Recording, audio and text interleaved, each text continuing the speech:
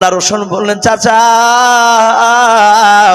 দিনের বেলায় মক্কা নগরে আমার সাথে তাদের দেখা হয়েছিল। আবু তালিব বলল, ভাতিজা তোমাকে কি কিছু বলে নাই? আল্লাহ রসুল বাপজি কেঁদে কেঁদে বললেন, চাচা এই দেখেন কপালটা একটু ফেটে গিয়েছে। আবু তালিব বাপজি রসুলের কপাল ফাটা জায়গায় আবু তালিব বাপজি মহাব্বতে বাপজি চুমা দিয়ে দিলেন। বলে, ভাতিজারে তোমাকে কে মেরেছে এমন করে? আল্লাহর নবী কাদার বলেন, চাচা আমাকে বেঈমান আবু সেহেল গলায় ধাক্কা দিয়ে মক্কা নগরে ফেলে দিল। আমি দাঁড়াস করে হড়মড় করে পড়ে গিয়ে আমার পাথরে, রাস্তার উপরে পাথর ছিল, পাথরে আঘাত লেগে কপালটা ফেটে গেল।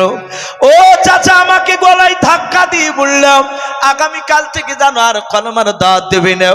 আবু তালিব বলে, ভাতিজা তুমি চলে যাওয়ার পর আমার সাথে তাদের দেখা হয়েছিল, আমাকেও তারা ওই রকম কথা বলেছে। ওরে ভাতিজা, আমর ইবনে হিসামের বেটা আমর। অনেকে বাপজি চালিয়ে দেয় যে রাসূলুল্লাহর আপন চাচা ছিল আবু জেহেল। না, নবীর আপন চাচা নয়। রাসূলুল্লাহর বাড়ির পাশে, এখানে জানি না কারা হাজী সাহেব আছেন, হয়তো থাকতে পারে।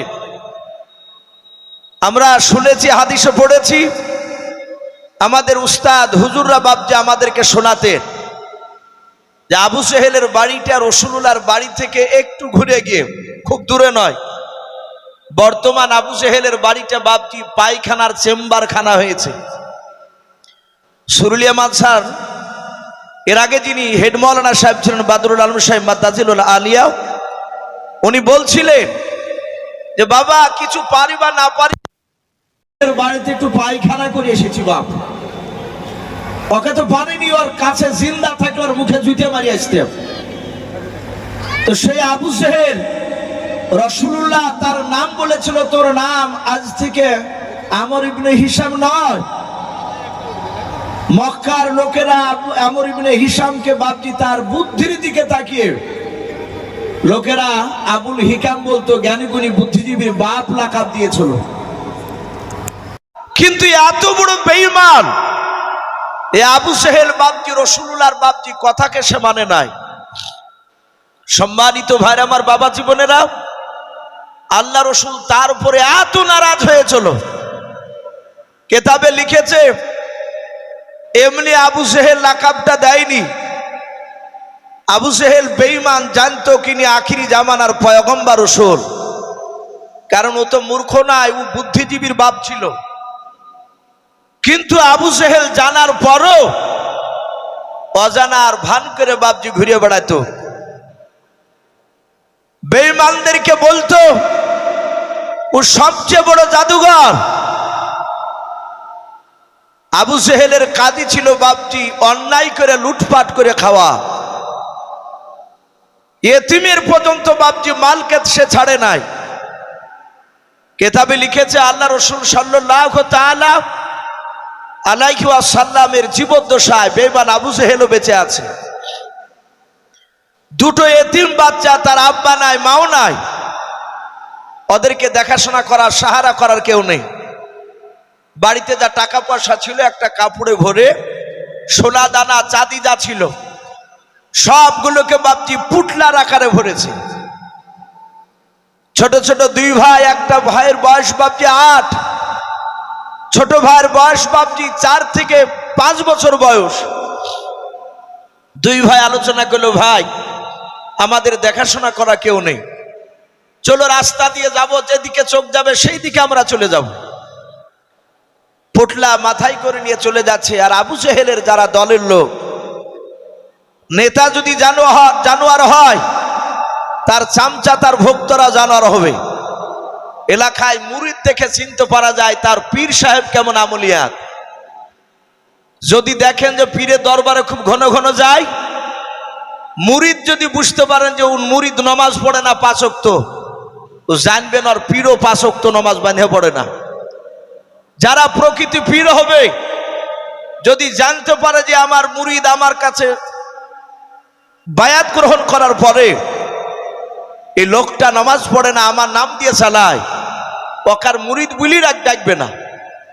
কিন্তু এখনকার মুরিদ তো ভাবছি সে নামাজের ব্যাপার না, এখন পীর সাহেবকে যে যত আপেল বেদানা টাকা গোপনে দিতে পারবে সে তত বড় মুরিদ, তাই বলছে পীর সাহেব।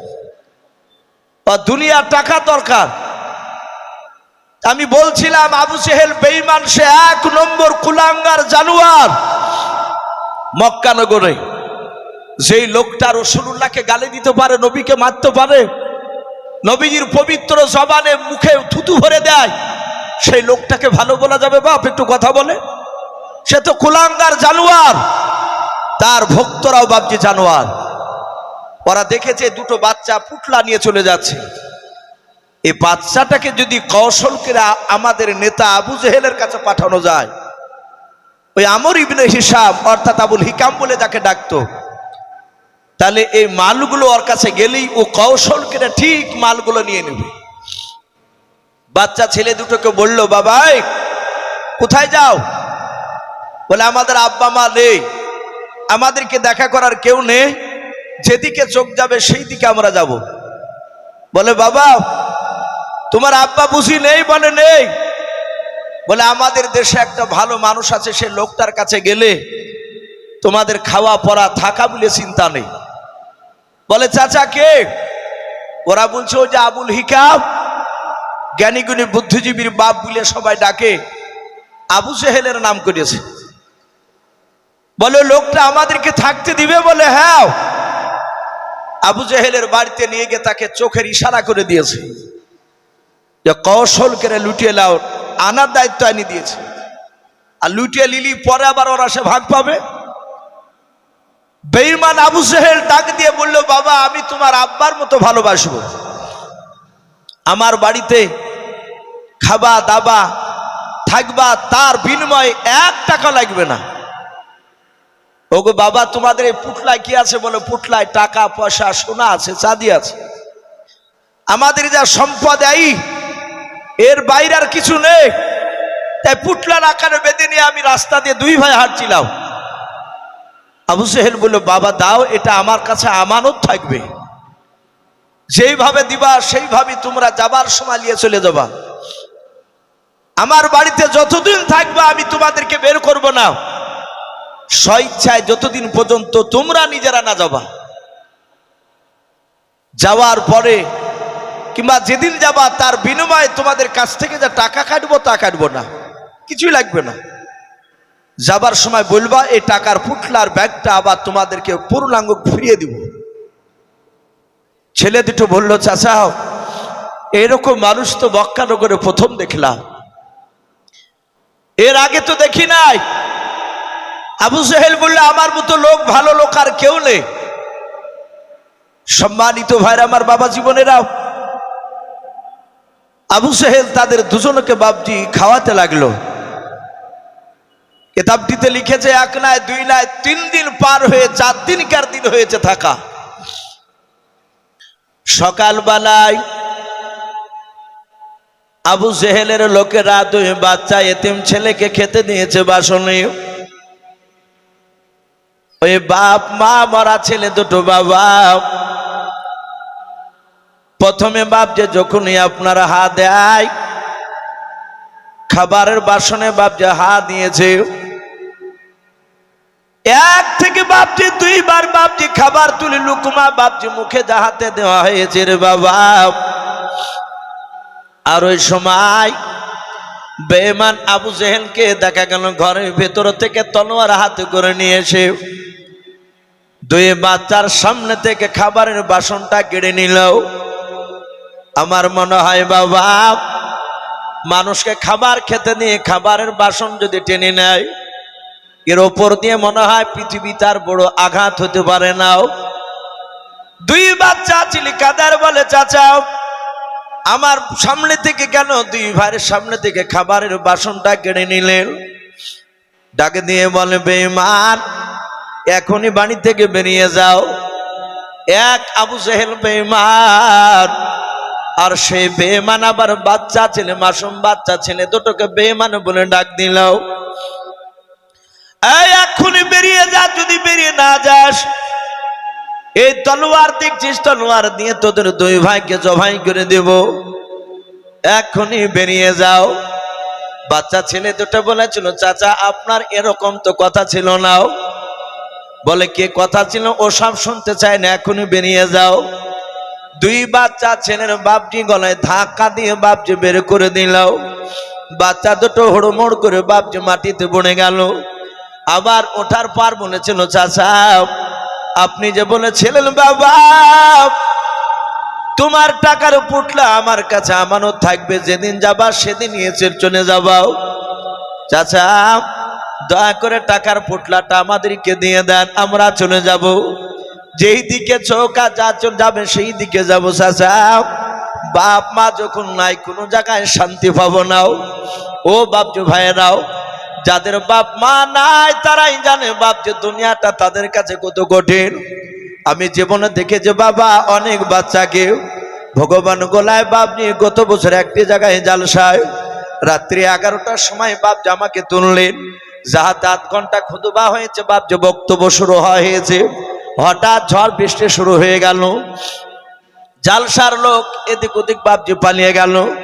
সভাপতি সাহেব আমাদেরকে নিয়ে বাপ যে দৌড়ে পালাতে গিয়ে একটা ছাপড় বাপ যে টানের ঘরে গিয়ে উঠলাও।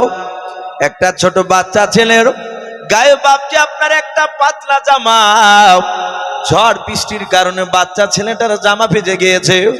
ছেলেটা কয়েকটা বাপ নিয়ে প্লাস্টিকের খেলনা জিনিস নিয়ে এইভাবে হাত দুটো গোটে নিয়ে থরথর করে কাঁপতেছে। আমি বললাম বাবা মনে হয় ছেলেটার আব্বাকে বেঁচে নাই। পাশ থেকে আর একটা লোক বলল মৌলানা সাহেবের আব্বাও। ছেলেটার যখন বয়স প্রায় 2.5 বছর তখন তার আব্বা মারা গিয়েছে। মা অন্য জায়গায় বিয়ে করেছে, ছেলেটাকে কেউ দেখে নাই। তাই আমরা 700-800 টাকার প্লাস্টিকের খেলনা জিনিস কিনে দিয়েছি। হয়তো আমাদের সাথে নিয়ে গিয়ে 100 টাকা লাভ হবে, ওই টাকা দিয়ে হয়তো তার দিনটা চলে যাবে। এই কথা বাপজি বলছে আর বাচ্চা ছেলেটা কাঁদছে। ও বাপজি ভাইয়ারা, এখানে অনেকগুলো মানুষ ছিল, না হলে গোটা কুড়ি মানুষ, প্রায় লোকের চোখে পানি। দৃশ্যখানা দেখে যাদের বাপ নাই মা নাই তারা জানে বাপজি বাপ মা বাপজি কত বড় দামি। ওই বাচ্চা দুটো ডাক দিয়ে বললো ভাই রে আব্বা নাই মা নাই, সুখ কপালের হবে না, টাকার পুটলাটা দাও। টাকার পুটলা দিল নাও। বাচ্চা ছেলেটা বললো চাচাও আপনি টাকার পুটলা না দিলে আমাদের তার কিছু নাই। বলে এগুলো নিয়ে আমরা হয়তো বিক্রি করে আমাদের দিন যাবে। আবু জেহেল দিল না, গলায় আবার ধাক্কা দিয়ে বাপজি দরজা থেকে বের করে দিল। সারা পৃথিবীর দরদি নবী জনাবে মুহাম্মদ রাসূলুল্লাহ সাল্লাল্লাহু তাআলা আলাইহি ওয়াসাল্লাম নবীজি বাপজি জানেন না এদেরকে ধাক্কা দিয়ে বের করে নিয়েছে। এই বাচ্চা দুটো রাস্তা দিয়ে কাদার চলে যায়। আবার আবু জেহেলের লোকেরা বাপজি তারা গোপনে তারা থেকে হাততালি মারছে, ঠিক উচিত বিচার করেছে আবু জেহেল আমাদের নেতাও।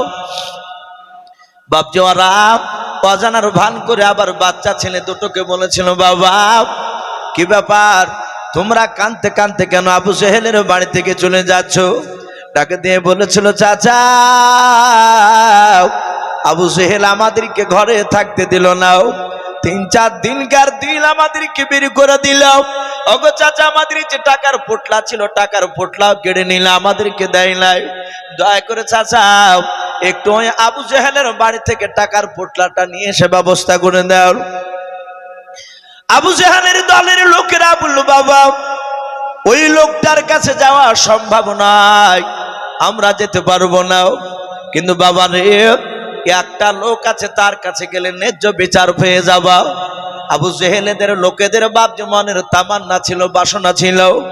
আল্লাহ রসুলের বাপজি চোখের দুশমন বেঈমান আবু জেহেল, আবু জেহেলের চোখের দুশমন মুহাম্মদ সাল্লাল্লাহু আল্লাহর নবী তার কাছে গেলে আবু জেহেল মেনে নাই নাও, আল্লাহর নবীজিকে দেখতে পারে নাও।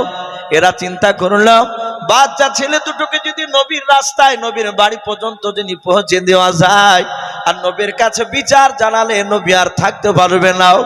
আবু জেহেলের বাড়িতে যাবে বিচার করতে, ওই টাকার পোটলা আনতে। যখনই আবু জেহেলের বাড়ির দরজার ভিতরে চলে যাবে আবু জেহেল দরজাটা বন্ধ করে দিয়ে ঘরে পেয়ে তার ভাতিজাকে ধরে ধরে মারবে। আল্লাহর নবী জনাবে মুহাম্মদ রাসূলুল্লাহ সাল্লাল্লাহু তাআলা আলাইহি ওয়াসাল্লাম তিনি রাস্তা দিয়ে নাই বাপজি বাড়িতে বসা ছিলেন। আবু জেহেলের লোকেরা বলল ওই দেখো যাও ওই আব্দুল্লাহর সন্তান মুহাম্মদ রাসূলুল্লাহ সাল্লাল্লাহু তাআলা আলাইহি ওয়াসাল্লামের বাড়িতে চলে যাও। আল্লাহ রসুলের বাড়ির দরজা গিয়ে ডাক দিলেন নবীকে। আমার বিশ্ব নবী বাপ যে ঘর থেকে বেরিয়ে এসে বাবা ওই বাচ্চা ছেলে দুটোকে সালাম দিলেন, বলুন সুবহানাল্লাহ। আল্লাহর নবী এত ভালো ছিল, ছোট বাচ্চা ছেলেদেরকে পর্যন্ত সালাম দিতেন বাবা।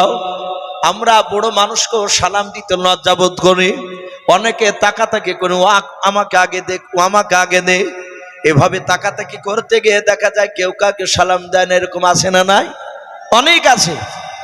কিন্তু আমার দরদি নবী বাচ্চা ছেলেকে পর্যন্ত বাপজি সালাম দিতেন। ছোট ছোট বাচ্চা ছেলেরা আল্লাহর নবীর কথা শোনার পর ওই বাচ্চা ছেলেরা থাকতে পারতেন না, নবীর মহব্বতে পড়ে যেতে।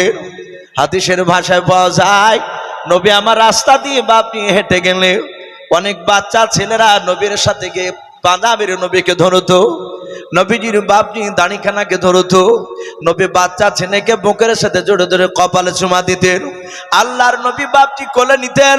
অন্য বাচ্চারা বাপজি যখন দৌড়ে যেতেন, কোন বাচ্চা ছেলে রাসূলুল্লাহর বাপজি কথা শোনার পর স্তনে মার বাপজি দুধ খেতে খেতে যাতে নবীজির বাপজি আপনার আওয়াজ শুনতেন, মার স্তন থেকে বাপজি দুধ খাওয়া বন্ধ করে দিয়ে সোজা আল্লাহর নবীর কাছে দৌড়াতেন।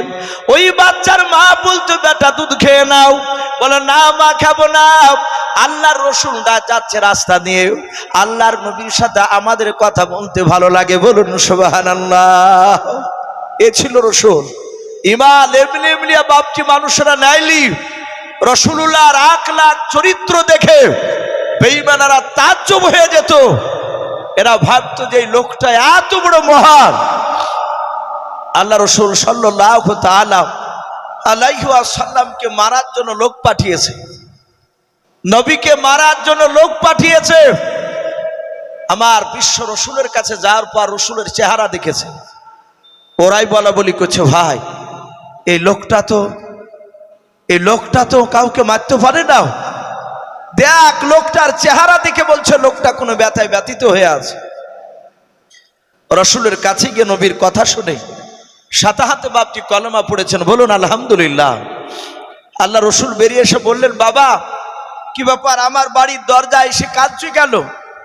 ওরা কাঁদছে, টাকার পুটলা কেড়ে নিয়েছে, বাপ মানে। বলে, আপনি কে? আল্লাহ রসুল তাদেরকে বললেন, আমি তোমাদের রসুল, তোমাদের নবী। ধরো না আমি তোমার চাচাও।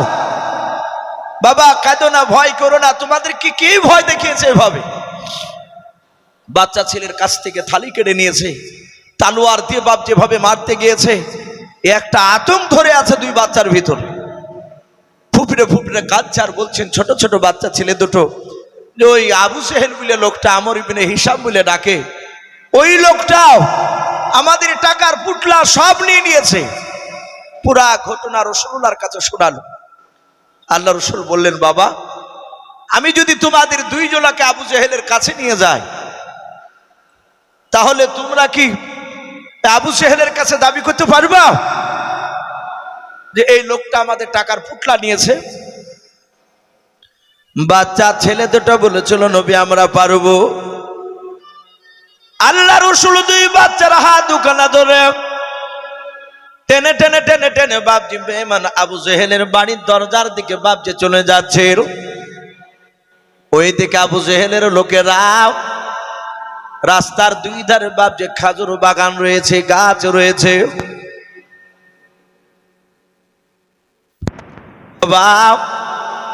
আবু জেহেলের লোকেরাও আড়াল থেকে উঁকি মেরে মেরে দেখতেছে, দেখে এই তো আমাদের কাজ হয়েছে কথায়।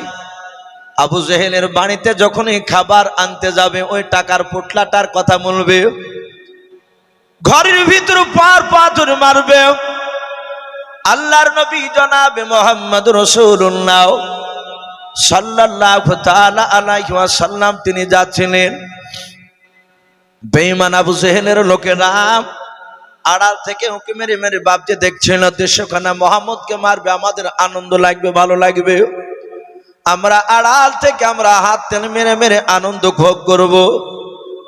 বেঈমান আবু জেহেল বিশ্ব নবীকে দেখেছেন। আল্লাহ রসুল বাপজি আবু জেহেলের বাড়ির দরজায় যাওয়ার আগে 50 থেকে 60 হাত দূর থেকে বাবা বেঈমান আবু জেহেল ভিতর থেকে থাকতে পারে নাই, সোজা দৌড়ে বেরিয়ে এসে বলছে, ভাতিজা, ও ভাতিজা, খবরদার ওখান থেকে যেন আর সামনের দিকে আসবা না।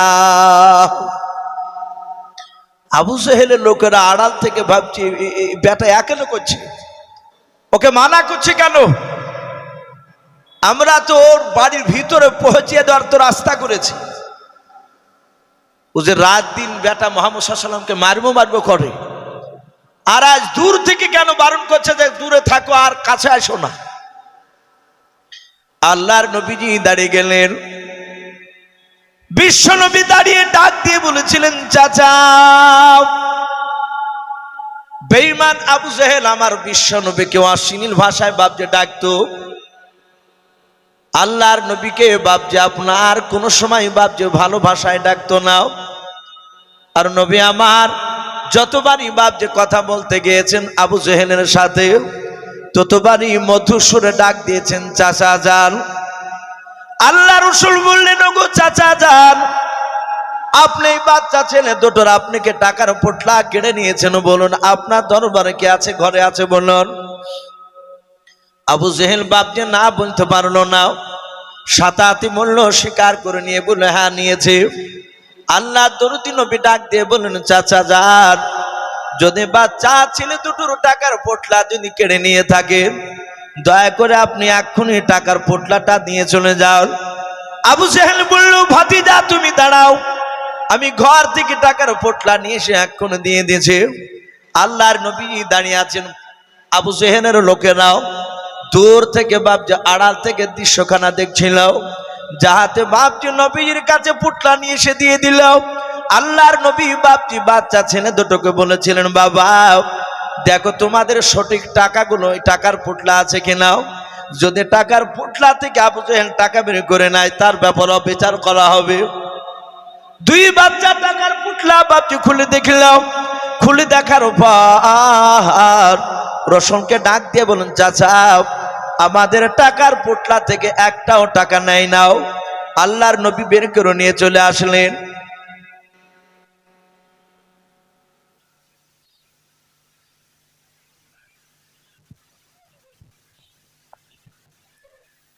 আলহামদুলিল্লাহ, বক্তব্যের মাঝখানেই না বলি না, তাই আমাদেরকে বলতে বাধ্য হচ্ছি। আমাদের মাদ্রাসার জালসার, আজকে জালসার যিনি যোগ্যতম সভাপতি সাহেব, বহরমপুর থেকে আগত মাওলানা ইলিয়াস সাহেব আমাদের এখানে কয়েক মিনিট ধরে উপস্থিত হয়ে বসে রয়েছেন, তাই তিনাকে বরণ করা হয়নি। তিনাকে 1 মিনিটের জন্য আমরা বরণ করে নিচ্ছি। আজকে তিনাকে বরণ করবেন আমাদের পার্শ্ববর্তী গ্রাম চাঁদপুরি নিবাসী, যিনি আমাদের সকলের পরিচিত জনাব আলহাজ সাদেক রেজা বিশ্বাস সাহেব। ওনাকে আমি অনুরোধ করব আজকে জালসা যিনি স্টেজের সভাপতি সাহেব, ওনাকে বরণ করার জন্য। তাই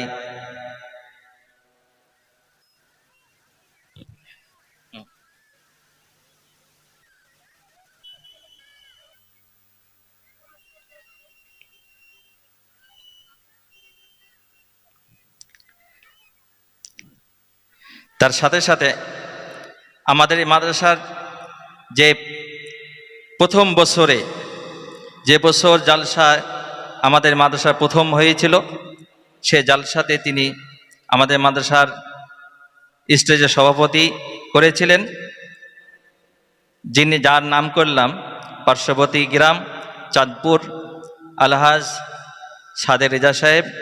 ওনাকে বরণ করে নিচ্ছেন আমাদের পার্শ্ববর্তী গ্রাম গরিবপুর, সেই গরিবপুরের মাদ্রাসার শিক্ষক কারি মাইনুল সাহেব। হ্যাঁ ভাই, বক্তব্য চালু রাখুন। একবার দুরূদ পড়ে নি, আল্লাহুম্মা সাল্লি আলা মুহাম্মাদিন ওয়া আলা আলি মুহাম্মাদ كما صليت على إبراهيم وعلى آل إبراهيم إنك حميد مجيد اللهم بارك على محمد وعلى آل محمد كما باركت على إبراهيم وعلى آل إبراهيم إنك حميد مجيد সাল্লাল্লাহু তাআলা আলাইহি ওয়াসাল্লাম। ভাই আলহামদুলিল্লাহ, যথেষ্ট মানুষ এই জালসার ভিতরে চলে এসেছেন। যেসব বাপজি ভাইরা পেছনে দাঁড়িয়ে আছেন, ভাই ওইভাবে দাঁড়িয়ে না থেকে একটু যদি সামনে এসে এসে যদি গুছিয়ে বসতে, তাহলে আলহামদুলিল্লাহ সভাটা আরো ভালো লাগতো। যেহেতু অনেক পেছনকার বাপজি ভাইরা তাদের আসতে একটু অসুবিধা হচ্ছে। আর মাদ্রাসার মুফতি সাহেবকে বলবো, হুজুর আপনি দু চারটে ছেলে ওখানে রাখবেন কমিটি, তারা যেন চুপে চুপে ইশারা করে যেন তাদেরকে বসার জন্য যেন একটু অনুরোধ করে। তো ভাই আমি বলছিলাম যে আল্লাহ রসুল সাল্লাল্লাহু তাআলা আলাইহি ওয়াসাল্লাম বিশ্বনবী দরদি নবী বলেন, চাচা যদি পুটলা নিয়ে থাকেন তাহলে এখনই নিয়ে এসে দিয়ে দেন। আবু জেহেল না না বলে সোজা পুটলাটা নিয়ে এসে বাপজি দিয়ে দিল। আল্লাহ রসুল বলেন, বাবা দেখো তোমাদের পুটলা থেকে টাকা আবু জেহেল 2-4 টাকা নিয়েছে কিনা। ওরা খুলে বলল, হুজুর একটা টাকাও নেয়নি। রসুল তাদেরকে নিয়ে এসে বলল, বাবা এখন তোমাদের মন যেদিকে চাইবে সেদিকে যেতে পারো, তোমরা এখন স্বাধীন, টাকার পুটলা পেয়ে গিয়েছো। আল্লাহ রসুল সেখান থেকে চলে আসলে বেঈমান আবু জেহেলের লোকেরা দেখলো বেটা একেলে করলো, হাতের মুঠে পার পরও তাকে মারলো না। আর আমাদের সামনে বক্তব্য দিতে গিয়ে বলে যে বেটাকে মারা যাবে কি করে। সম্মানিত ভাইরা আমার, বাবা জীবনেরা,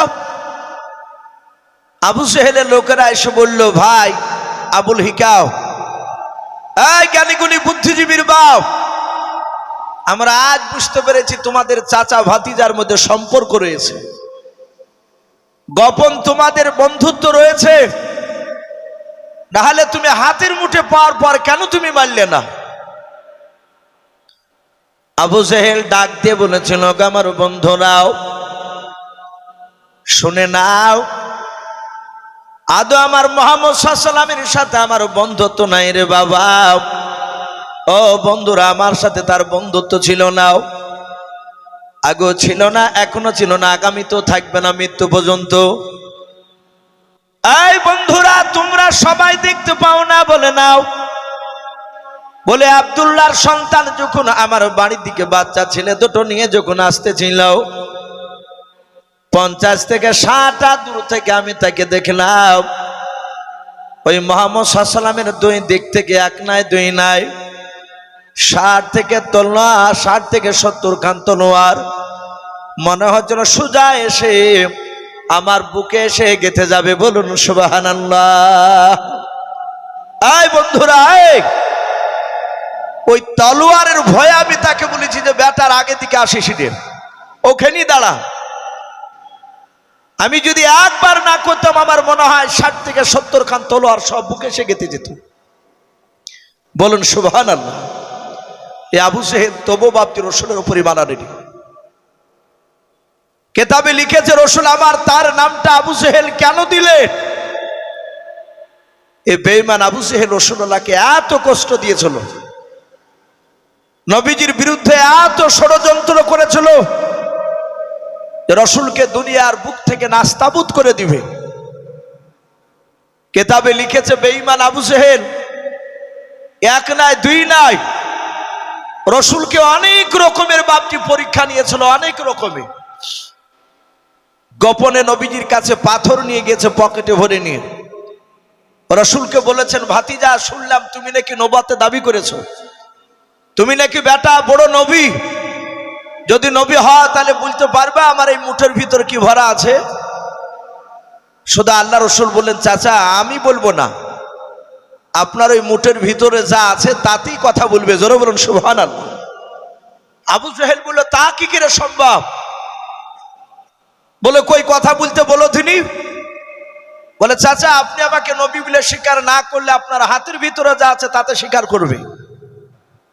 আবু জেহেল দেখছে পাথরে হাতের ভিতর থেকে কলমা লা ইলাহা ইল্লাল্লাহু মুহাম্মাদুর রাসূলুল্লাহ বলুন সাল্লাল্লাহু তাআলা আলাইহি ওয়াসাল্লাম।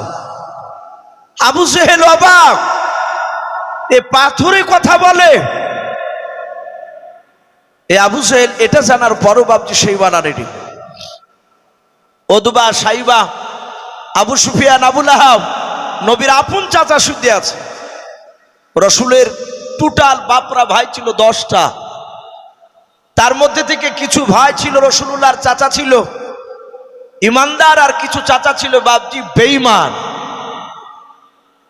তার মধ্যে থেকে বাপজি রসুলের চাচারা যে বেঈমান ছিল কয়েকটা, তার মধ্যে থেকে সবচেয়ে বড় বেঈমান ছিল এ আবু লাহাব। নবীজের আরেকটা চাচা ছিল বেঈমান, তার নাম ছিল বাপজি আবু তলিব। শোনেন নাই? রসুলের আপন চাচা আবু তলিব। এ বেটাটা নবীর ওপর ঈমান আনেনি, কিন্তু রসুলুল্লাহকে নিজের জানের চেয়ে বেশি ভালোবাসতেন। বলুন আলহামদুলিল্লাহ। নবীকে এত ভালোবাসতেন। আরে বেঈমান আবু লাহাব রসুলুল্লাহকে ভালোবাসেনি, বরঞ্চ চরম বিরোধিতা করে গেছে। শুধু আবু লাহাব নয়, আবু লাহাবের স্ত্রী উম্মে জামেলা সিদ্ধে, ওরা স্বামী স্ত্রীতে নবীজির বিরোধিতা করেছে। আর আমার বিশ্ব রসুলের চাচা আবু তলিবের সামনে নবীকে মারবো বললে আবু তলিব আর সহ্য করতে পারতো না। আল্লাহ রসুল একদিন কলমার দাওয়াত দিতে গিয়েছে, আবু জেহেল রসুলকে গলায় ধাক্কা দিয়ে বের করে দিল, বলে আগামী কাল থেকে কলমার দাওয়াত দিবি না। আর ওই সময়তে রসুলুল্লাহর আপন চাচা, যার উপর ঈমান আনেনি নবীর উপরে, এই আবু তালিব, সে চলে যাচ্ছে। আবু তালিব মক্কা নগরে, সেও আবু জেহেলের মতো একটা তাবড় নেতা কুরাইশ বংশে। আবু জেহেল বলল, ভাই আবু তালিব, তোমার ভাতিজা আমাদের উপর চরম বাড়াবাড়ি গেছে। বলে কি করছে? বলে তুমি জানো না আজ 14 দিন হচ্ছে কলমার দাওয়াত দিয়ে বেড়াচ্ছে। রসুলের চাচা আবু তালিব বললেন, আমি সেটা জানি, কিন্তু ওর উপরও তো আমি ঈমান আনিনি। আবু জেহেলরা ডাক দিয়ে বললে, এই আবু তালিব, শুধু তোমার ভাতিজা বলে গায়ে হাত তুলি না, আগামী কালকে বারণ করে দিও তোমার চাচা ভাতিজা তোমার জানো আমাদের বিরুদ্ধে যেন আর কলমার দাওয়াত না দেয়। যদি দেয় তাহলে আমরা তোমাকে, তোমার ভাতিজাকে মারতে বাধ্য হব। শুধু এতটুকু কথা বলেছে। অমনি আবু তালিবের চোখে পানি চলে আসলো। রসুলুল্লাহর চাচা বাড়ি চলে গিয়েছে। আবু তালিবের স্ত্রীকে ডাক দিয়ে বলছেন, আবু তালিব বিবি রে, অনেক দিন ধরে আমি আর আমার ভাতিজা একসঙ্গে খাবার খাই নাই। সেই রসুলুল্লাহর বয়স যখন 8 বছর, তখন থেকে নিয়ে খাদিজার সাথে বিয়ে হওয়ার আগা দিন পর্যন্ত, এমনকি ভাতিজা যেদিন বিয়ে করতে যায় খাদিজাকে, সেদিন সকালও আমার সাথে একই বাসনে খাবার খেয়েছে। বলুন আলহামদুলিল্লাহ। রসুল এত ভালোবাসতেন তার চাচাকে। আবু তালিবও ভালোবাসতেন, এক বাসন ছাড়া খাবার খেতেন না বাব্বাটাই। আবু তালিব বলতেন, তার বিবি মাঝে মাঝে বলতো, ওগো স্বামী, আপনারা আলাদা করে খান না কেন? আপনার ভাতিজাকে আমি তো খাবার খাওয়াই। বলো, ওর মা নাই, আব্বা নাই, হয়তো তুমি খাবার দিতে গিয়ে আমার ভাতিজা যদি বেশি খায়, তুমি হয়তো আর চোখে চোখে হয়তো তাকে বকতে পারো। আমার ভাতিজা সেই দিন থেকে হয়তো আর লজ্জায় পেট ভরে খাবার খাবে না। এই জন্য আমার ভাতিজাকে আমি একই বাসন নিয়ে খাই, আমার ভাতিজা খেতে গিয়ে জানো কষ্ট না পায়। বলুন আলহামদুলিল্লাহ। খাদিজার সাথে বিয়ে হওয়ার পর থেকে বাপজি রসুলুল্লাহর চাচার খাই না, ওরা স্বামী স্ত্রীতে খাবে। আমরা বাপজি স্বামী স্ত্রীতে একসঙ্গে খাবার খুব কমই খাই না বলি চলে। হ্যাঁ খায়, আবার কিছু লোক দেখা যায় ভাত খায় পেড়া কুট্টি করে রাখে, 2 সাইডে রাখি, তার বিবিকে বলবে খাও ধেনি, কেমন ভালোবাসা আমাকে, সাইড কেটেও খাই না, এমন করে রেখেছে মনে হচ্ছে এক কুকুরে মুরগিতে হাং টালছে। আর বিবি দেখছে স্বামীর খাবার উঠে এলে, আর বিবি যদি আবার কোনোদিন পরীক্ষা করে যদি 2টা ভাত খেলে যদি বলে একটু খাও ধেনি, হ্যাঁ পাগলা পেয়েছিস নাকি যে তোর আঠো খাবো আমি? সাথে হাতে যাও। এই জন্য তো বাপজি স্বামী স্ত্রীর মধ্যে 6 মাস 5 মাস 3 মাস 4 বছর 12 বছর পর্যন্ত আকড়াকড়ি নাই, একই বাড়িতে সংসার করে, সংসারে শান্তি নাই। আর রাসূলুল্লাহর বিবি আয়েশা বলেন, আমি যেই গ্লাসে ঠুট লেগে পানি পান করতাম, সারা পৃথিবীর শ্রেষ্ঠ নবী, যে নবী রাস্তা দিয়ে একদিন হেঁটে গেলে ওই রাস্তায় 14 দিন না হাঁটলে ওই রাস্তাতে নবুয়াত খুশবু পাওয়া যেত। বলুন আলহামদুলিল্লাহ। নবীর পেশানি ঘাম বেরোলে সাহাবারা আতর নিব বাক্য বলে বাপজি তারা ব্যবহার করতে, এত মুস্কাম্বার না খুশবু বেরোতো। সেই নবী আয়েশা তার স্ত্রী বলছে যে আমি যে জায়গায় ঠুট লেগে পানি পান করতাম রাসূলুল্লাহ দেখতে, আমার পানি খাওয়া হয়ে গেলে রাসূলুল্লাহ গ্লাসটা ওই দিকে ধরে নিয়ে আমার ঠুট লাগানো জায়গায় মুখ লাগিয়ে পানি পান করতেন। বলুন সুবহানাল্লাহ। মহব্বত এমনি হয় না, একদিক থেকে ভালোবাসা জন্মায় না, বা দুই দিক থেকে না হলে স্বামী স্ত্রী মহব্বত দেখবেন দুনিয়াতে আপনার জান্নাত হয়ে যাবে ইনশাআল্লাহ। কিন্তু আমাদের বাপজি শান্তি নেই, কিন্তু আছে, একেবারে সবাই খারাপ তা নয়। পৃথিবীতে এখনো আল্লাহ আল্লাহ লোক আছে বলে দুনিয়া এখনো টিকে আছে। বা তা আমি বলছিলাম, আবু তালিব ডাকে দিয়ে বলল, বিবি রে, খাবার একটা বাসনে 2টো মানুষের মতো খোলো, আজ আমার ভাতিজাকে নিয়ে খাবার খাবো। আবু তালিবের উদ্দেশ্যে আমি খাবার খেতে গিয়ে আমি আমার ভাতিজাকে একটু বারণ করব। আল্লাহ রসুলকে ডাকলেন, চাচা। নবী বললেন, চাচা আমাকে ডাকলেন? বলে, হ্যাঁ ভাতিজা এসো। বলে, বসো। সামনে দেখছেন খাবারের বাসন। আল্লাহর নবীকে নবীজের চাচা ডাক দিয়ে বলেছিল, ভাতিজা খাবার খাও। আল্লাহর নবী জনাবে মুহাম্মদ রাসূলুল্লাহ সাল্লাল্লাহু তাআলা আলাইহি ওয়াসাল্লাম বসে পড়লেন। নবীজের চাচা আবু তালিব মনে মনে ভাবল, রে মাওলা, আমার ভাতিজাকে বেঈমান আবু জেহেল না মারব বলেছে মক্কার বড় বড় নেতারাও। আল্লাহর রাসূলকে মারবে নবীজি কলমার দাওয়াত দেয় কারণে।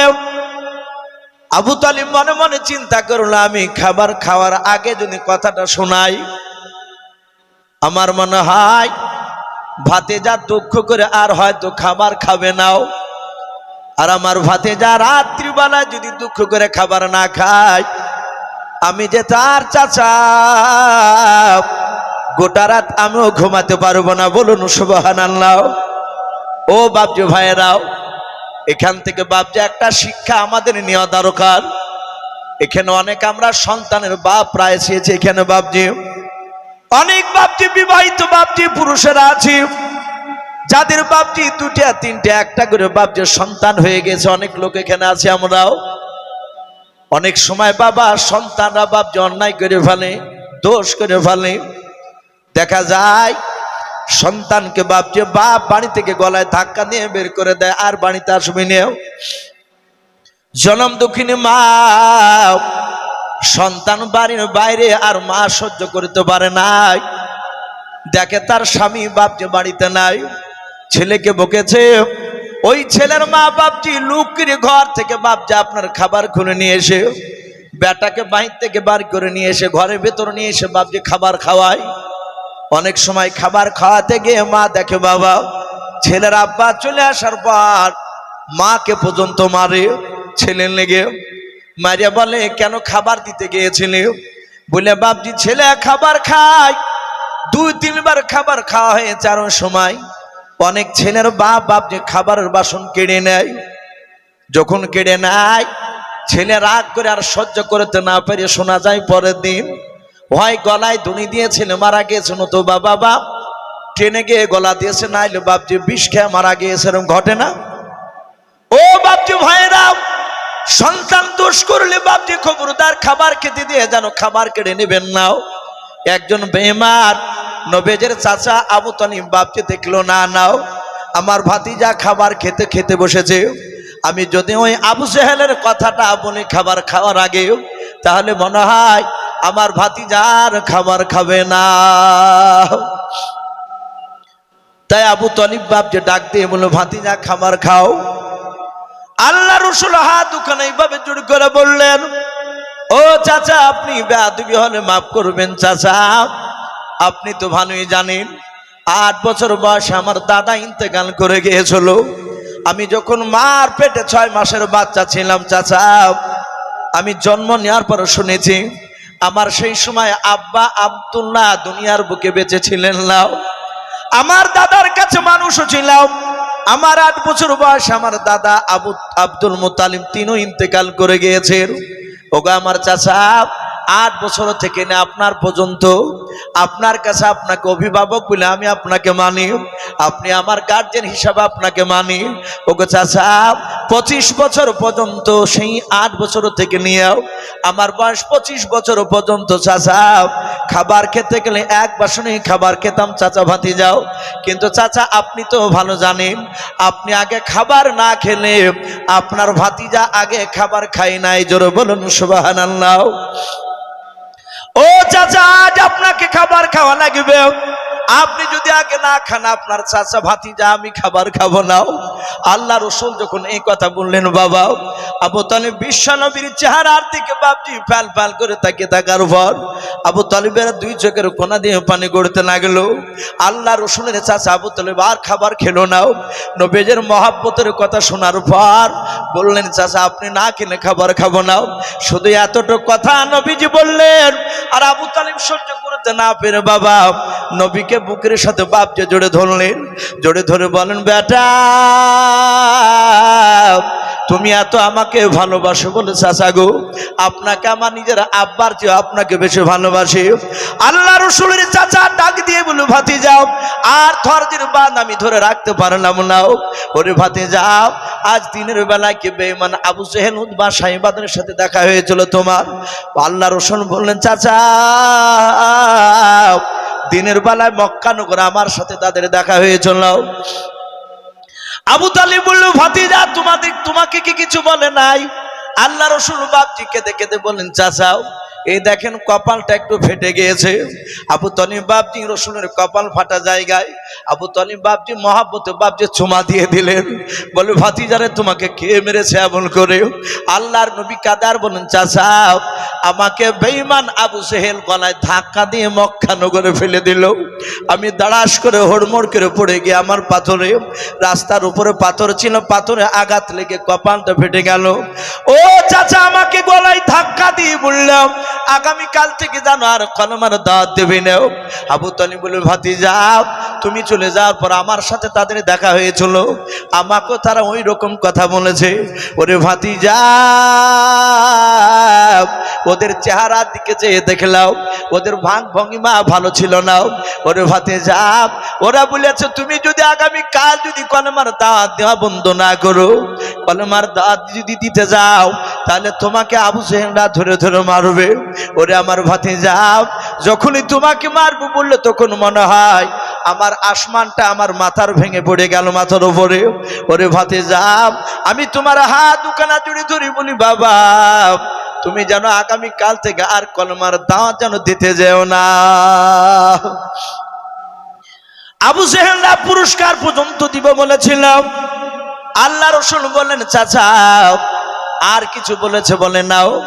বিশ্বনবী ডাক দিয়ে বলেন, চাচা শুধু দুনিয়ার পুরস্কার কেন, সারা পৃথিবীর ধন সম্পদ যদি নিয়ে এসে যদি আমার হাতে দিয়ে দেয়, আসমান থেকে চাঁদ পেড়ে নিয়ে এসে যদি আমার ডান হাতে দিয়ে দেয়, সূর্য নিয়ে এসে যদি আমার বাম হাতে দিয়ে দেয়, চাচাও খোদার কসম কেরা বলি কলমার দাওয়াত দেওয়া বন্ধ করবো না। জোরে বলুন সুবহানাল্লাহ।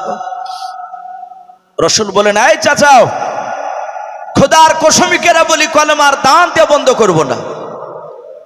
আবু তালিবের চোখ দুটা কুখের মতো লাল হয়ে গেল। বলে, কে বারণ করছে আর শুনবে না। আবু তালিব ডাক দিয়ে বলে, আয় ভাতিজা আমিও লাতুজার কসম কেরা বলছি, ও তো আল্লাহকে মানে না।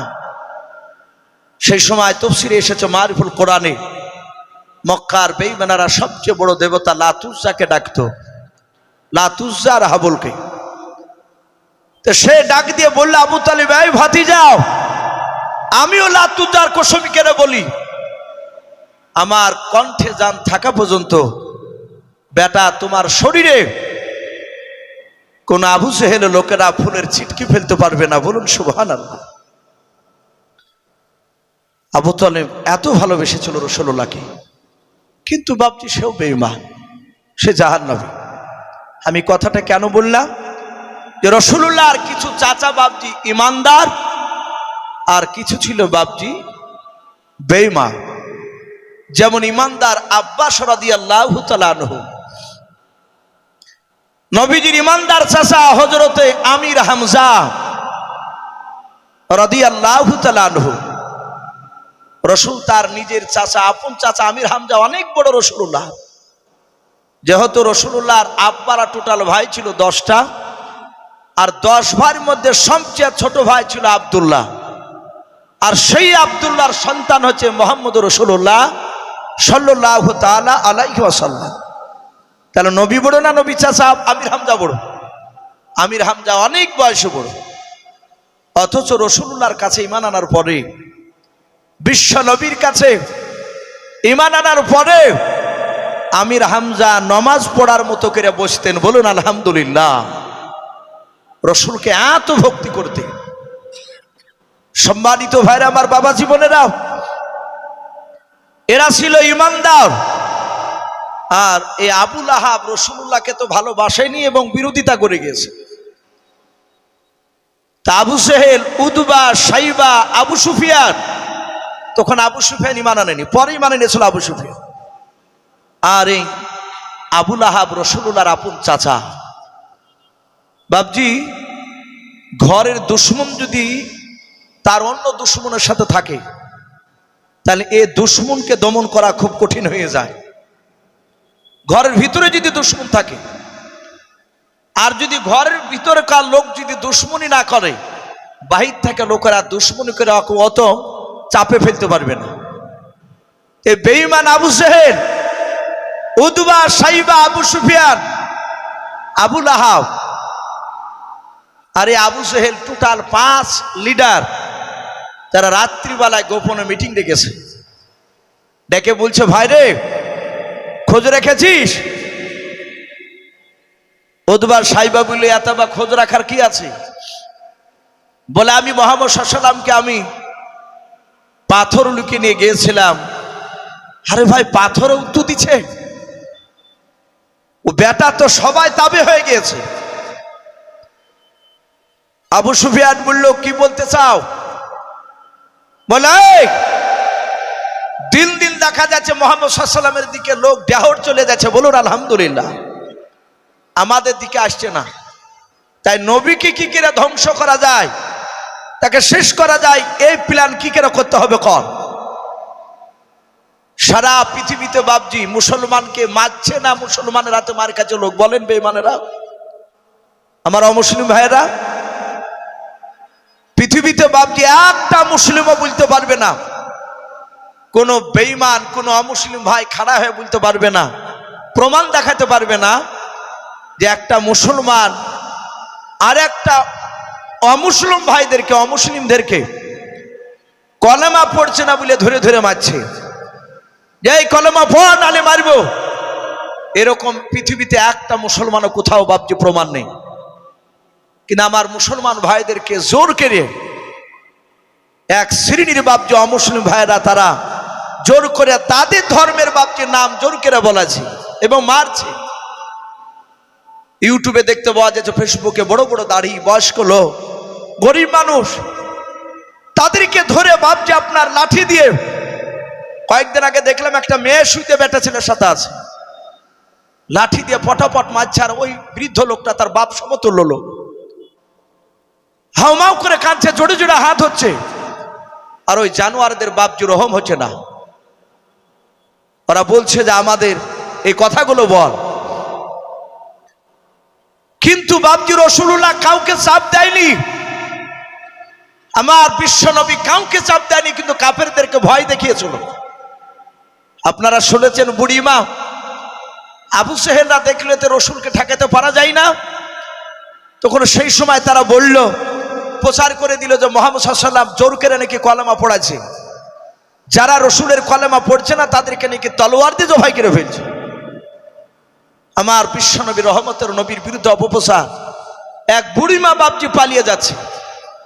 পুটলা বাপজি এমনই করেছে ভারী, আর ক্যাথা বালিশ আর খাবার টাবার যা ছিল ধরিয়ে বাপজি পুটলাটাকে নিয়ে আর মাজা তো তুলতে পারছে না, মাথা তো তুলতে পারছে না। পুটলারা কোন রকম বাপজি টেনে ছিঁড়ে আর বাড়ির ভিতর থেকে এরকম আপনাদের এই যে এটা লক্ষ্মীপুর তো নাকি, এই রাস্তার ধারে বাপজি এরকম নিজে দাঁড়িয়েছে।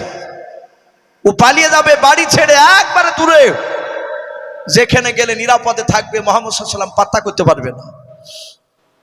দরদি রাসূল আমার এমন করে রাস্তাঘাটে চলতে বাহিরকার মানুষরা এসে টপা করে চিনতে পারতো না। বলুন সুবহানাল্লাহ।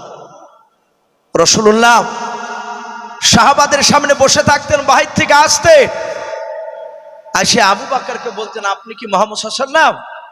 উনি বলতেন, না ভাই, আমি নবীজি নয়, ইনি হচ্ছেন মুহাম্মদ সাল্লাল্লাহু আলাইহি ওয়াসাল্লাম। বলুন আলহামদুলিল্লাহ। আর আমরা একটা কিছু পথ পেয়ে গেলে, কিছু জায়গায় হয়ে গেলে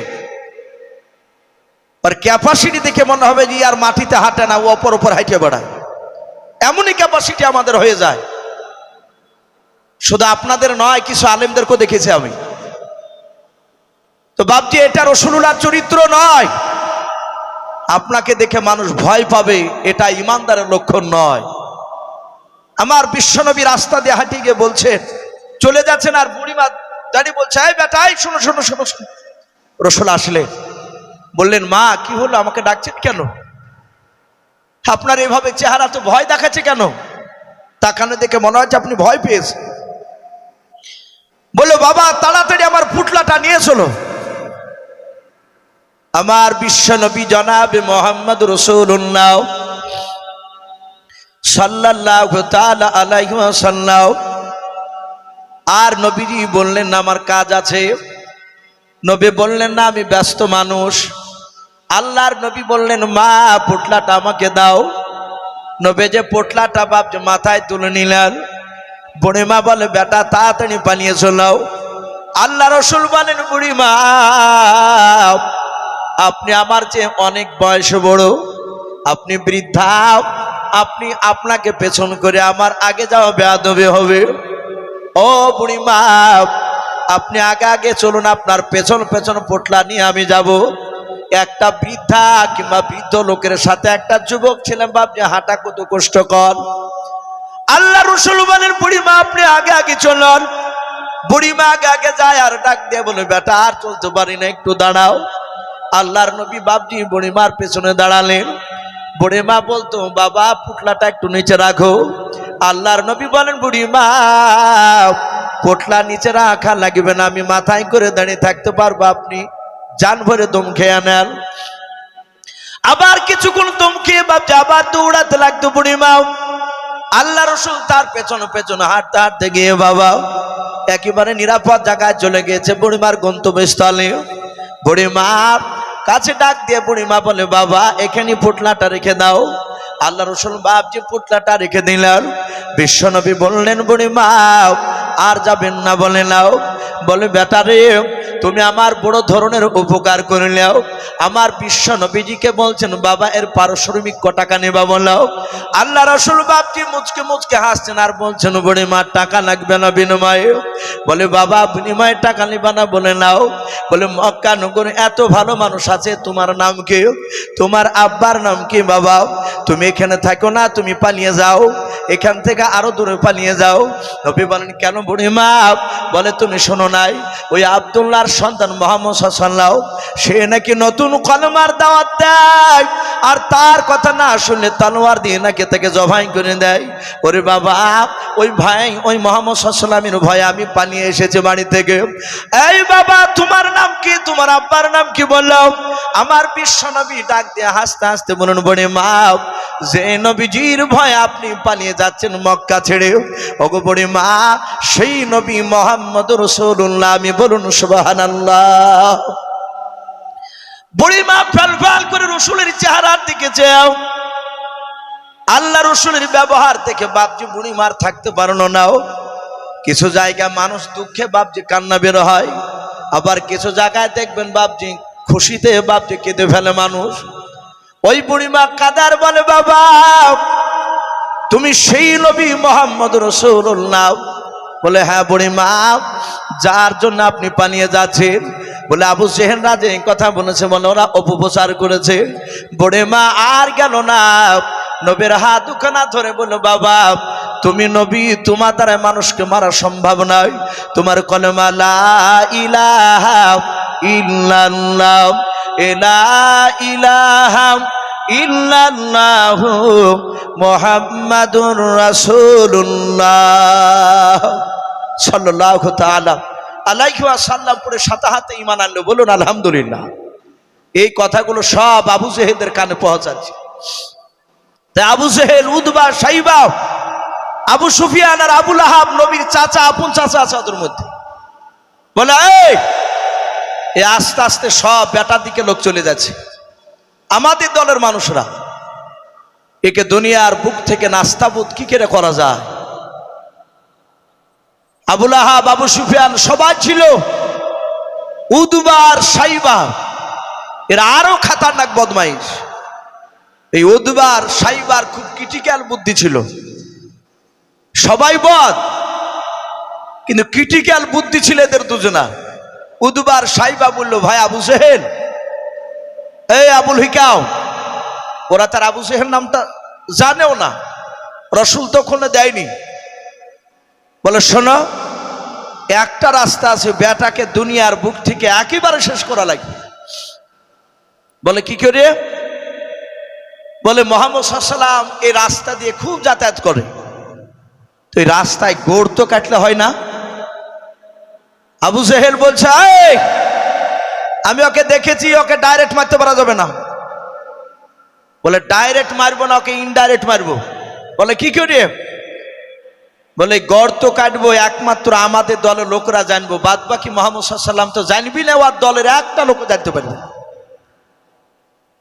বললো বাহ, এই যুক্তি তো খুব ভালো বের করেছো, ওকে বাজি রাখা হবে না, একবার শেষ করে দিব, নাস্তাবুদ করে দিব। বাবজি রাত্রিবেলাতে তারা তড়িঘড়ি করে ওরা একটা গর্ত কাটলো। গর্ত প্রায় 50 থেকে 60 হাত লম্বা গর্ত। কোন কোন মুফাসসিরিন কেরাম লিখেছেন 25 থেকে 30 হাত গর্ত কাটিয়েছে। নবী পড়ে গেলে যেন মাটি চাপা দিয়ে যেন ঢেকে দেওয়া হয়, উঁচু যেন না থেকে রাস্তা। গর্ত কাটিয়েছে, কেটে হালকা মাটি বিছিয়ে দিয়েছে, পাতা টাতা দেওয়ার পরে ডাল হালকা মিহি মিহি ডাল, রাস্তা লেভেল করে রেখেছে। সারা দিন বাপজি তারা ওই গর্তটাকে অপেক্ষা করে রেখেছিল, কোন লোক যেন বাপজি সেখানে না যায়। আমার বিশ্ব রসুল বাপজি জানেন না, নবী কলমার দাওয়াত দিতে গিয়েছে, সে রাস্তা দিয়ে যাতায়াত করবে। আবু জেহেল 4টে দলের লোককে বাপজি চারদিকে লুকিয়ে রাখলো, ওই গর্তে চারিদিকে 8টা-9টা করে লোক। বলো ভাই ওই জঙ্গলে তুই থাকবি, ওই জঙ্গলে তোরা থাকবি। শোন, এ কে পড়লে সব দেখা দরকার নাই, ওখানে লাইটিং এর ব্যবস্থা থাকবে না, অন্ধকার রাস্তা দিয়ে যাবে, শুধু ধপার শব্দ শুনতে পালি, চারদিক থেকে লোক দৌড়িয়ে এসে অমনি মাটি চাপা দিয়ে বেটাকে একবারে শেষ করে দিবে। ওরা জানে যে আবু জেহেলের লোকেরা সবাই জানে এখানে আমাদের লোক আসবে না। বাবজি আমার সোনা লালারা, ওরা লুকিয়েছে রাত্রিবেলায়। আল্লাহ বলছেন, বান্দা তোরা যা চালাক, তার চেয়ে চালাক আমি বেশি। বেঈমান আবু জেহেল বাপজি শুয়ে শুধু চিন্তা করছে, খবর কেন আসছে না, এ বেটা পড়েছে, খবর কেন আনছে না। আবু জেহেলের ঘুম হারাম হয়ে গেছে, বলুন আলহামদুলিল্লাহ। ঘুম নাই, বিছানার ডান দিকে বাম দিকে গড়াগড়ি করতে করতে বেটা নিজে চলে যাচ্ছে। আবু জেহেলের মাথা থেকে বাপজি ওই যে গর্ত কাটার কথা একবার আল্লাহ মিশে দিয়েছে, আর মনেই নাই। ও ঘুরতে ঘুরতে গিয়ে নিজের গর্তে নিজে ধপাস করে পড়ে গেছে। আর যে বলা ছিল চারিদিকে লোক এসে মাটি দিবি, চারিদিক থেকে এসে মাটি নামাইছে। আর আবু জেহেল নিচে থেকে বলছে, এই মাটি নামাইলে বন্ধ কর। এদিকে এমন জোরে জোরে মাটি নামাইছে, নবীকে পেয়েছি বুঝলে হাঁটু পর্যন্ত ঢেকে ফেলাইছ। আবু জেহেল চিৎকার করে বলছে, তোদের আমি নেতা রে। আর ওপর থেকে বলছে, হ্যাঁ বেটা এখন বিপদে পড়িয়াছ ফান্দে, এখন নেতার সাহায্য, তুমি জাদুকর, তুমি গলার অনেক কণ্ঠ করতে পারো। আল্লাহ রসুলকে বলছে। আবু জেহেল বলছে, না আমি তোদের সেই মুহাম্মদ সাল্লাল্লাহু আলাইহি ওয়াসাল্লাম নয়, আমি বলে আবু জেহেলি তো গর্ত কাটালছে এখানে হুকুম দিয়ে, আর উপরে পাগলা পেয়েছ আমাকে। আর আবু জেহেল বলছে ভাই একটু লক্ষ্য করে দেখ দেখ আবু জেহেল তোদের দুনিয়ার ওই গর্তের ওপর আছে কিনা কোথায়। পাঁচটা মানুষ পাঁচ রকম থাকে। কিছু লোক বলে ভাই গলা তো সে আবু জেহেলের মতনই লাগছে, বলে নকল করছে মোহাম্মদ সাল্লাম জাদুকর। কিছু লোক বলে একটু দেখ না। বিছানায় খোঁজাখুঁজি করে তার স্ত্রী আবু জেহেলের স্ত্রী বলছে তো বাড়ি থেকে রাত্রিতে চলে গেছে, এসে দেখছে সত্যি আবু জেহেল। বলে হুজুর আপনি বললেন কি করিয়ে? তো সব কথা বাদ দে, সূর্য উঠে গেলে লোকে জানিয়ে নিলে আর আমার দাদাগিরি চলবে না, কেন আমাকে তোলার ব্যবস্থা কর। বলে হুজুর হাত তো পাচ্ছি না আপনাকে। আবু জেহেল নিচু থেকে যুক্তি দিচ্ছে আপনি দড়ি নিয়ে আসেন। 25 থেকে 30 হাত গর্ত কাটিছে আমরা। এই আমার লোকেরাও 50 থেকে 60 হাত বড় লম্বা দড়ি নিয়ে ওপর থেকে ফেলবি, আমি নিচু থেকে ধরবো, টানবি, আমি ওপরে উঠে যাবো, লোকে কেউ জানতে পারবে না। বেঈমান আবু জেহেলের লোকেরাও মক্কা নগর থেকে বাপজি একটা বড় দড়ি নিয়ে আসলো, 50 থেকে 60 হাত লম্বা দড়ি। ওই দড়িটা নিয়ে এসে বাপকে নামে দিয়াও অপর থেকে বাপজি ডাক দিয়ে বলেছিল আবু জেহেলের লোকেরা হুজুর দড়ি কেনা ধরুন। আবু জেহেল চিৎকার করে বলেছিল বন্ধুরা এই দড়ি তো আমি হাত পাই নাই, বলুন সুবহানাল্লাহ। আর একটা দড়ি নিয়ে আয়, আর একটা দড়ি নিয়ে আসলো। দড়ির আঘাতে বাপ যে জোর দিয়ে ওই দ্বিতীয় দড়িখানা নেমে দিলাম। আবু জেহেল বলে ভাই দড়ি আমি হাত পাই নাই। এইভাবে বাবা রাত্রি মানে তাড়াহুড়া করে মক্কা নগরে বেঈমানদের বাড়িতে যত দড়ি ছিল সব দড়িগুলো বাপজি তাড়াহুড়া করে নিয়ে এসে দড়ির আঘাত জোর দিতে দিতে দিতে বাপজি সব দড়ি নামিয়ে দেয়। বেঈমান আবু জেহেলকে তোলার জন্য যত দড়ি নামায় আমার আল্লাহ বেঈমান আবু জেহেলকে আরো গভীর তলদেশে নামিয়ে দেয়, বলুন সুবহানাল্লাহ।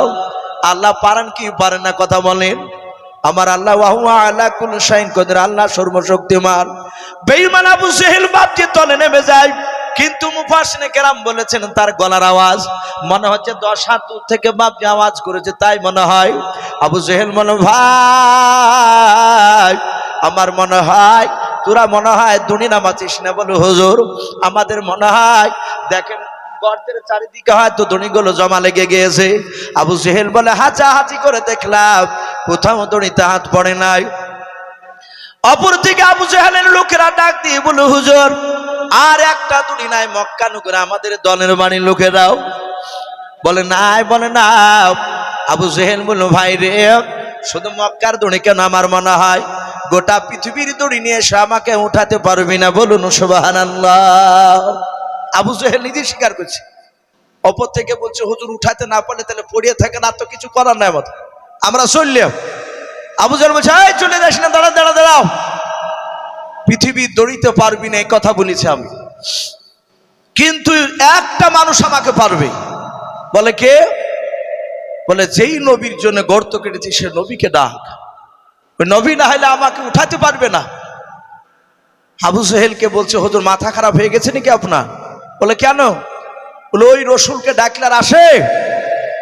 আমরা যাইতাম বলে আমি যদি আপনাদের এখানে ইসু সাহেব আসি এখানে, আর কেউ যদি বলে যে ইসু ভাই আপনি ওই গঙ্গাধারী ব্রিজ পার হলে আপনাকে মারবে, এদিকে আসা তো দূরের কথা, সাতাহাতে বাপকে অমনি গাড়ি ঘুরিলে পালাবো। পরে যদি ডাকে তো বলবো তা যাচ্ছি নে। কিন্তু সারা পৃথিবীর শ্রেষ্ঠ রসুল আবু জেহেলের লোকেরা বলছে উনি আসবে না, আর আবু জেহেল নিচু থেকে বলছে এই এটা আমার বিশ্বাস, নবীর কাছে খবর দিলে নবী না এসে থাকতে পারবে না। জোরে বলুন সুবহানাল্লাহ। এই আখলাক চরিত্র আবু জেহেল জানতো রসুলের। বিশ্ব রসুলকে বাপজি ডাক দিলে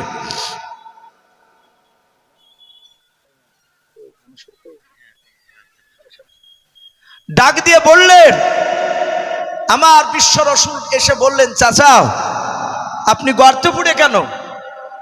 আবু জেহেল নিচু থেকে বলছে ভাতিজা সত্য কথা তোমাকে বলছে, আমি তোমাকে গর্তে ফেলার জন্য গর্ত কেটেছিলাম, তুমি না পড়ে বাপ আমি পড়ে গেছি, আমাকে উঠাও। রসুল বলেন চাচা এই কাজ করে? চাচা আমি আপনাকে উঠাবো, একটা শর্ত, কলমা পড়বেন? বলে বেটা আমাকে উঠালি কলমা পড়ে নেব। আমার বিশ্ব দরদি নবী বিনা দড়িতে হাতখানা বাড়ি দিয়ে বলছেন চাচা হাত বাড়ান। আর আবু সেহেল নিচু থেকে বাপজি এইভাবে হাত তালি মারছে, টিটকেনি মেরে কথা বলছে, এই ভাতিজা, এই তোর মাথা কি একবারে শেষ হয়ে গেল নাকি? রসুল বলেন, কেন চাচা? বলে, এই গোটা মক্কার আমাদের দলে যত লোক আছে সব বাড়ি দড়ি ফুরিয়ে গেছে, দড়িতে জোড়া দিয়ে দিয়ে আমাকে উঠাতে পারেনি, দড়ি হাতে পাইনি, আর তুই 2-4 খান দড়ি শোকের না নিয়ে বিনা দড়িতে হাত বেড়ে দিয়েছিস। আমার বিশ্বনবী মুচকে হাসি দিয়ে বলেন, চাচাও আপনি আমাকে চিনতে পারেন নাই? ওগো চাচা, শুধু আমি আপনাদের নবী নাই, সারা পৃথিবীর মাখলুকাতের নবী। জোরে বলুন সুবহানাল্লাহ। আল্লাহ নবীর দরবারে দুজন সাহাবাও কথা শুনতে শুনতে দুই গোত্রের লোক, তাদের অনেক দূরে বাড়ি বাবা। অনেক সময় জালসা শুনতে এসে বাবা অনেক লোককে শোনা যায়, তারা বলে বাড়ি থেকে মাগরিবের পর এশার নামাজের আগে বাড়ি চলে আসবো। কিন্তু বয়ান শুনতে শুনতে, বক্তার ওয়াজ শুনতে শুনতে বাবা রাত্রি 12টা বেজে গেছে, টের পাই নাও। এত ভালো লাগে ওয়াজ শুনতে শুনতে, বলে এটা শুনে পরে যাব। পরে বলে, ভাই রাত্রি 12টা বেজে গেছে, একাই যেতে কষ্ট ভাই। ওরা নবীর দরবারে নবীর কথা শুনতে শুনতে রাত্রি গভীর হয়েছে, অন্ধকার হয়ে গিয়েছে। সব সাহাবারা বাড়ি চলে গেলেন। ওই 2 গোত্রের 2টা নেতা দাঁড়িয়ে আছে নবীর দরবারে, বলছেন, হুজুর আচ্ছা কাজ হয়েছে। বলে কি? বলে, আপনার কথা শুনতে গিয়ে আমাদের সন্ধ্যা লেক পার হয়ে গিয়েছে, অন্ধকার হয়ে গেছে, আমাদের লাইটের কোনো ব্যবস্থা নাই। ও নবীজি, কেমন করে আমরা যাব? আমার বিশ্ব নবী মুচকে হাসি দিয়ে বললেন, সাহাবারাও চিন্তার কারণ নাই, এ সাহাবা গাছের ডাল নিয়ে এসো। 2টো ডাল দুজনের হাতে দিলেন। নবী বললেন, ডাল হাতে করে বাড়ি চলে যাও। ওই 2জন সাহাবা বললেন, হুজুর অন্ধকারে ডাল নিয়ে কাজ কি হবে? রাস্তাঘাটে সাপ পড়লে তো দেখতে পাবো না। আল্লাহ রাসূল বলেন, ওরে সাহাবারাও আমার বাড়ি থেকে বেরোলেই দেখতে পাবা, এই ডালে তোমাদের বাড়ি পর্যন্ত পৌঁছে দেবে। বলুন সুবহানাল্লাহ। সাহাবারা বলেন, নবীজির এরিয়া থেকে যতক্ষণ ছিলাম আলো দেখতে পাওয়া যাচ্ছিল, ততক্ষণ পর্যন্ত লাঠির ভিতর থেকে আলো বের হয় নাই। মাকামে নবুয়াত আবার বাপ হায়াতুল সাহাবা কিতাব দিতে এসেছে। ওই সাহাবারা বলেন, যাহাতে নবীর এরিয়া পার হয়ে গেলাম, হঠাৎ করে দেখলাম দুজনার 2টো ডালের থেকে নাই বাবা, একটা ডাল থেকে আলা বের হতে লাগলো। বলুন সুবহানাল্লাহ। আপনাদের যেমন বাবা লক্ষ্মীপুর থেকে যদি সোজা যায়, আপনার ধোড়াদা যেতে গেলে সামনে একটা পেকুড় গাছ আছে নাই, ডান দিকে বাপ নথি ডাঙ্গা, দিকে বাম দিকে ধোড়া দাও। এতটা রাস্তা বাপজি, যতক্ষণ পর্যন্ত 2 রাস্তায় যায়নি ততক্ষণ পর্যন্ত একটা জল ছিল। আর একজন সাহাবা বলছে, ভাই রে আমার লাঠি কেন জ্বলে না? না জ্বলে কেমন করে আমি যাব? যাহাতে 2 রাস্তায় 2 দিকে বাপজি চলে গেল, অটোমেটিক বাপজি যেটা আলো জ্বলছিল না সে ডালটাও আলা জ্বলে উঠলো। বলুন সুবহানাল্লাহ। এ ছিল রাসূলুল্লাহর বাপজি মুআজিজা। নবী বলেন, চাচা কিছু লাগবে না, বিনা দড়িতে হাত পেয়ে যাব, শুধু একটু হাত বাড়ান। বিশ্বনবী হাত বাড়ালেন, নবীর মুআজিজায় আবু জেহেল ওপরে উঠে আসলো। বলুন সুবহানাল্লাহ। নবী বলেন, চাচা এবার কলমা পড়ে? আবু জেহেল বলল, ভাতিজা আমার জানা ছিল না যে তোর জাদু জমিনও কাজ করে।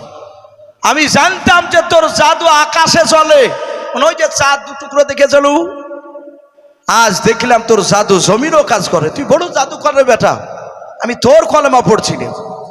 আল্লাহ রাসূল এত আঘাত পেলেন। নবী বলেন, চাচা আজ থেকে আপনাকে কেউ আর আবুল হিকাম বলবে না, আজ থেকে আপনি আবু জাহাল, যাকে আমরা আবু জেহেল বলি, মূর্খের বাপ। বাপজি আমি বলছিলাম, রাসূলুল্লাহ জবান দিয়ে যেটা বের করেছে, পৃথিবীর মানুষ নাই সে রাসূলুল্লাহর কথা বের করা কথাগুলো বাপজি কোনো মানুষ কেটে দেওয়া। আলহামদুলিল্লাহ বাপজি অনেক মানুষ চলে এসেছেন। মুফতি সাহেব বলছিলেন, কিছুদিন আগে আমি এলাকায় জালসা যাওয়ার সময় আনিসুর মৌলানা সাহেবের বাড়িতে উঠেছিলাম। আমার পরে হয়তো আলহামদুলিল্লাহ উনি আসবে। আপনাদের বাপজি একটা দেশের গৌরব যে আনিসুর সাহেব আলহামদুলিল্লাহ আপনার দোয়ায় বিভিন্ন জায়গায় উনিও যাচ্ছেন জালসা করতে। সেদিন মুফতি সাহেব বলছিলেন, ইসু ভাই একটু সকলে আসবেন, মাগরিব পরে আপনাকে দেব, একটু দয়া করে ভাই, একটু মানুষ একটু গুছিয়ে গেলি আলহামদুলিল্লাহ আমরা আমাদের আদায়কের বক্তাকে তখন তুলে দেবো। তো ভাই যাই হোক আলহামদুলিল্লাহ অনেক মানুষ আপনার চলে এসেছে, খুব ভালো লাগছে দেখে আমাকেও। আমি আপনাদের জন্য দোয়া করবো, আপনারা আমার জন্য দোয়া করবেন। আল্লাহ বক্তা শ্রোতা সকলকে যেন কোরআন শোনার পরে, হাদিস শোনার পরে আমাদের সকলকে যেন আল্লাহ কোরআন এবং সুন্নাতের উপর আমল করা তৌফিক দান করুন। বলুন আল্লাহুম্মা আমিন, আল্লাহুম্মা আমিন। ভাই আমি আর লম্বা ছাড়া করবো না, আমার 7:30 পর্যন্ত টাইম, মনে হয় 1-2 মিনিট বাপটি বেশি হয়ে গেল। তো যাই হোক, বেশ কিছু কথা আলোচনা করেছি, বলার মধ্যে ভাষার মধ্যে যদি ভুল হয়ে যায় সকলে ছোট ভাই কিংবা ছোট ছেলে সবাই ক্ষমা করবেন, এই বলে আমার বক্তব্য শেষ করলাম। ও আখিরি দাওয়ানা আনিল হামদুলিল্লাহি রাব্বিল আলামিন। আসসালামু আলাইকুম ওয়া রাহমাতুল্লাহি ওয়া বারাকাতুহু।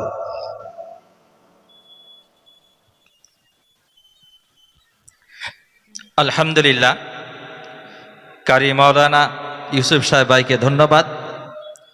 তিনি যতটুকু পেরেছেন তিনার মূল্যবান কথা আমাদের সামনে রেখেছেন। আমরা তিনার জন্য দোয়া করব, আল্লাহ সুবহানাহু ওয়া তাআলা যেন তিনাকে সুস্থ রাখে।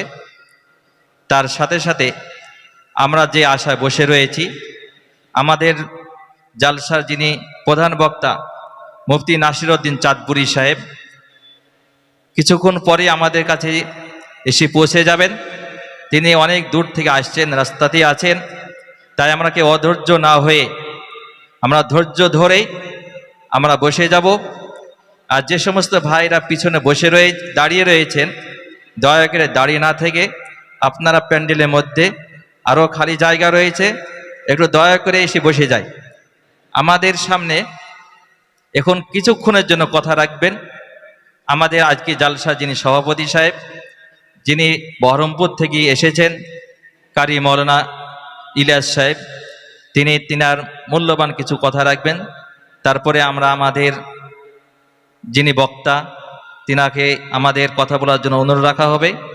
আর পাশে যিনি বসে রয়েছেন আমাদের পার্শ্ববর্তী গ্রাম জনাব আলহাজ মাওলা বক্স সাহেব, তিনি আমাদের আজকে জালসা সহসভাপতি সাহেব।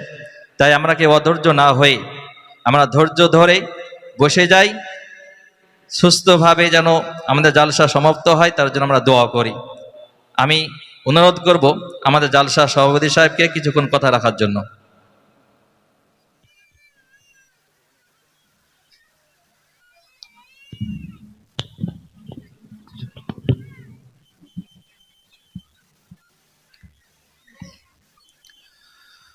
আসসালামু আলাইকুম ওয়া রাহমাতুল্লাহি ওয়া বারাকাতুহু।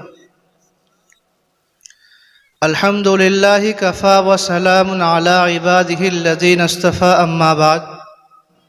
ফাউযু বিল্লাহি মিনাশ শাইতানির রাজীম। বিসমিল্লাহির রহমানির রহিম। কুল হাল ইয়াস্তাবিল্লাযীনা ইয়া'লামুনা ওয়াল্লাযীনা লা ইয়া'লামুন। সাদাকাল্লাহুল মাওলানাল আযীম। মুহতারাম, সমস্ত প্রশংসা সেই মহান রব্বুল আলামিনের জন্য, যে আল্লাহ রব্বুল আলামিন আজকে আমাদেরকে এই একটি মহতী দিনের সভা, এই সভায় আমাদের সকলকে একত্রিত করেছেন।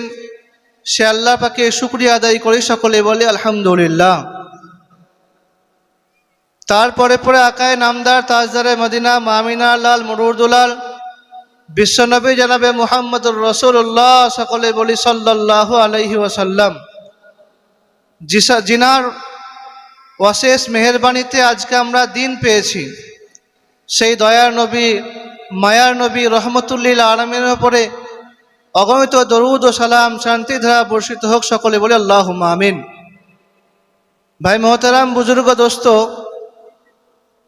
আমি আপনাদের সম্মুখে বেশি কিছু কথা বলবো না, কারণ আপনারা মাগরিবের পর থেকে নিয়ে কারি মাওলানা ইউসুফ সাহেবের মুখে বহুত মূল্যবান আলোচনা শুনলেন।